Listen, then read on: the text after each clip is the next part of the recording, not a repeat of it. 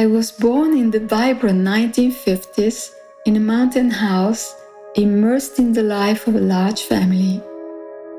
My childhood was a lively painting, full of joy and laughter.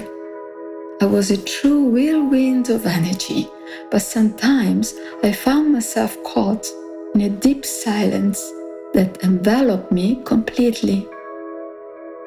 I felt the weight of a profound fear of being different, of remaining isolated even in the midst of the crowd.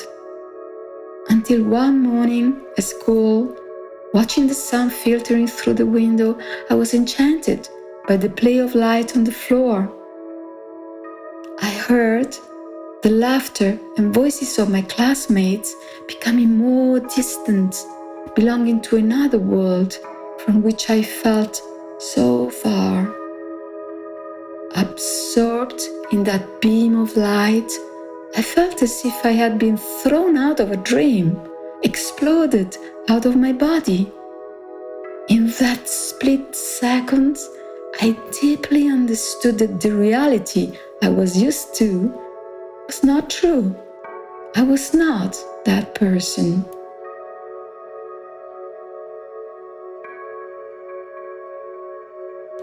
The 1970s found me in the midst of adolescence.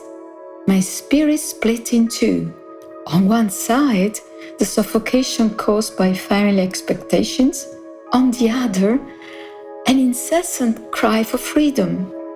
My heart, stretched between intense, conflicting emotions, felt misunderstood by everyone. The isolation was overwhelming. The feeling of being trapped in a web of restrictive and oppressive expectations was unbearable. Yet, a desire for belonging and to give meaning to life, beyond merely following in other footsteps, was making its way in me. Where did I come from? What am I doing here? Who am I? These thoughts filled my mind. I wanted to fly away from that nest that had become too tight. The unknown fascinated me, although I was terrified of it. How infinite and distant seemed the moment when I could spread my wings and soar into the sky of my dreams. Then that moment came. I left behind that heavy baggage and began traveling from one continent to another. Now the world was all mine. I was carefree, apparently.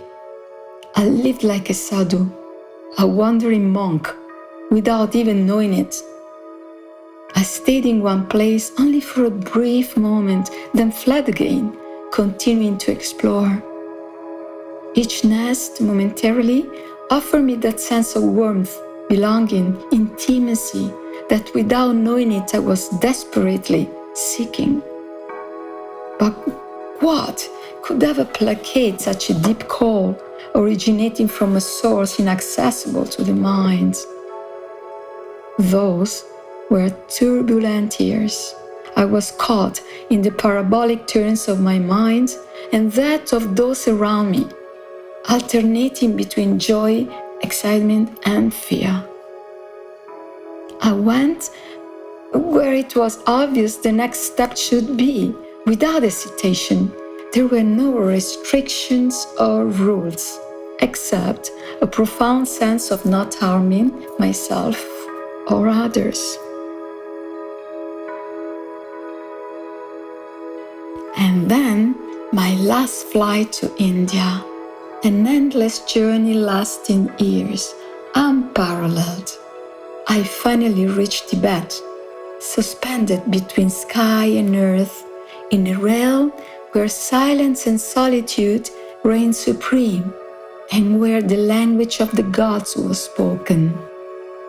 I participated in pilgrimages in the company of wise men, extraordinary women, divine children, luminous elders, and precious yaks.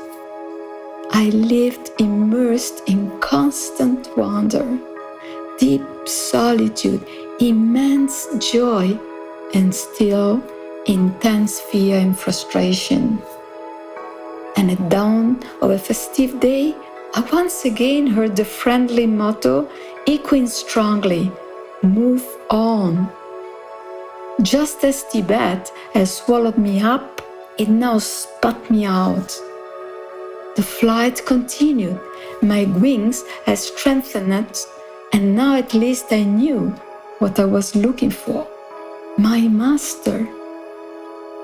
I returned to India, welcomed by the generous mother of that holy land that holds within its womb the ancient wisdom and enlightened masters of all time. My heart saw liberation from all ignorance and mental subjugation. Amid encounters with travelers from all over the world and seemingly unsurmountable challenges, faith, humility, patience, courage, and resilience became constant allies. It was there, among the scent of incense, walking on a dusty road under the burning sun, that I met the gaze of the one who turned out to be the Buddha in flesh and blood. The dawn of my life began in that room at Papaji's house. The master, with a direct and penetrating look, dissolved every attempt at seeking, annihilating time itself.